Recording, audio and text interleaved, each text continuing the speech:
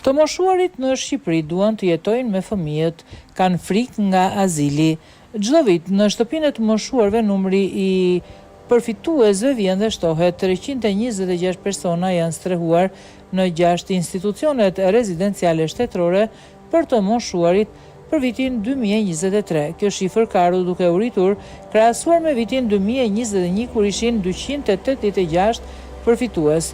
Pavarësisht shtimit të numrit të moshuarit thonë se nuk do të pranonin të jetonin në këto institucione, duke i mbajtur shpresa tek fëmijët dhe të jetuarit së bashku me ta. Zgjidhje më të mirë se azil, shumë të moshuar shohin shërbimin e marrë në shtëpi nga një person me pagesë.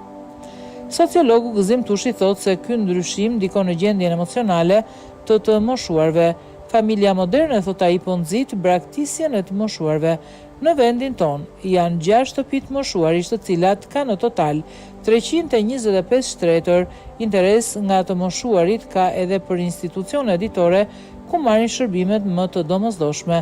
Sipas të dhënave të censit, 1 në 5 individ në vendin ton janë të moshuar, ndërsa 61.000 rezultojnë se jetojnë vetëm.